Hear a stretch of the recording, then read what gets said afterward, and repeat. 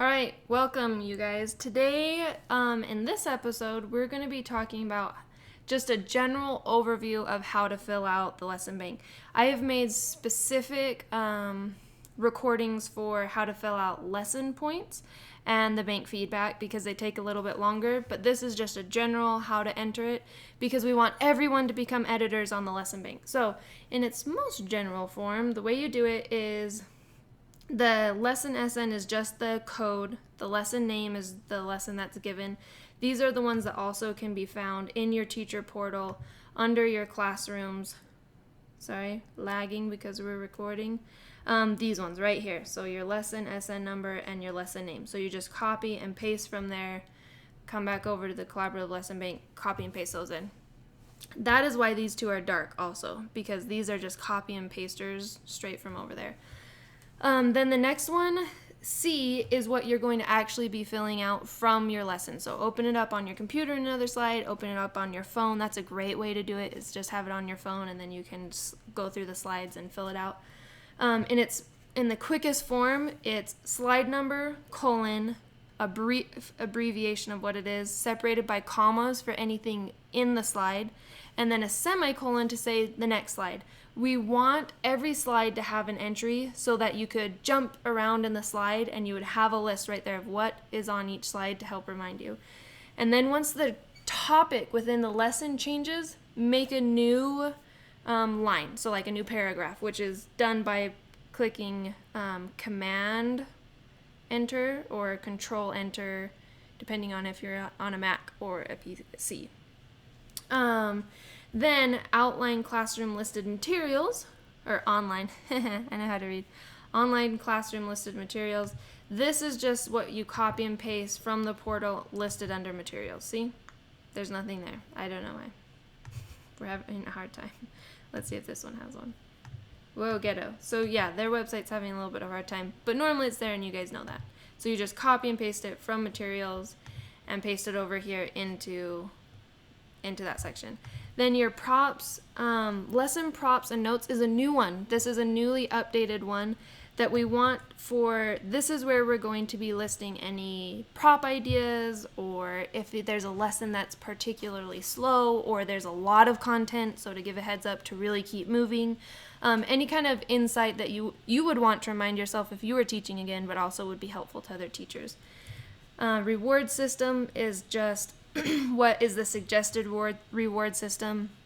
You don't have to do those reward systems when you're teaching, but we have them for those teachers who have those already on hand, then they can grab them.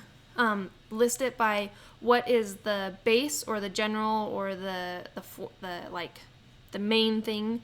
So like if it were a jungle, and then what you're manipulating, the pieces, so like animals. So it would be like jungle, animals, or like the one that's in it often is bananas, and then you're adding monkeys to it. Your warm-up is just whatever the warm-up is. The end song, again, is the end song. Then homework or blank slides. The old lessons had homework assigned at the end. That's not in C1, that's not common, that's not in MC.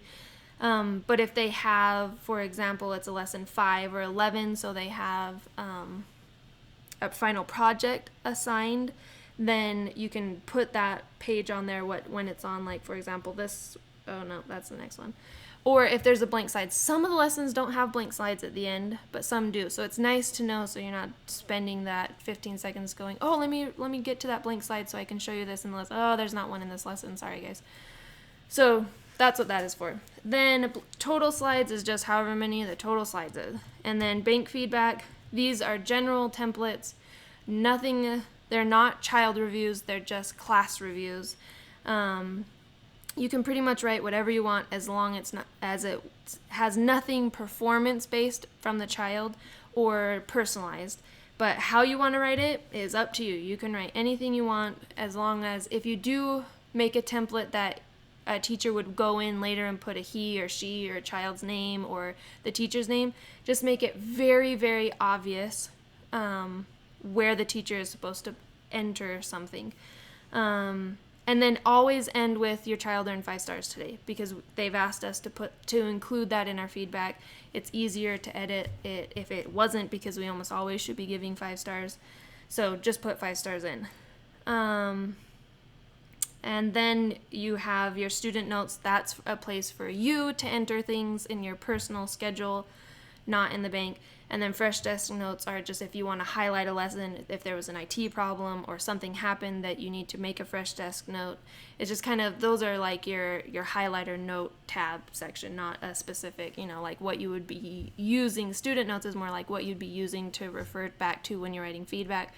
Whereas this is more to highlight the class if you're going to write a ticket or something for it.